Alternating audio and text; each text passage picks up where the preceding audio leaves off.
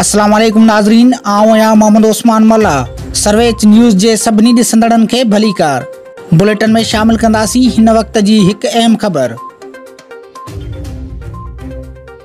मरकज़ वलायत अली पाकिस्तान सिंध जे सदर अली रज़ा अलमारूफ जानी शाह सरकार जो भिटशाह ते इजलास थी गुज़रियो। इजलास में सैयद अमान अली शाह के सिंध जो नायब सदर मुक़रर कयो वियो।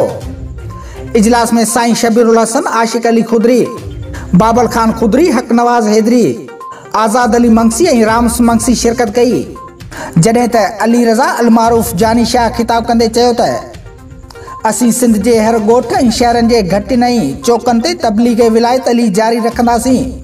असां पाकिस्तानी शिया असना उशरी आहियूं। इजलास ख़त्म थियण बाद लतीफ़ सरकार ते हाज़िरी भरी ऐं पाकिस्तान जे सलामती लाइ दुआ पिणु घुरी वई।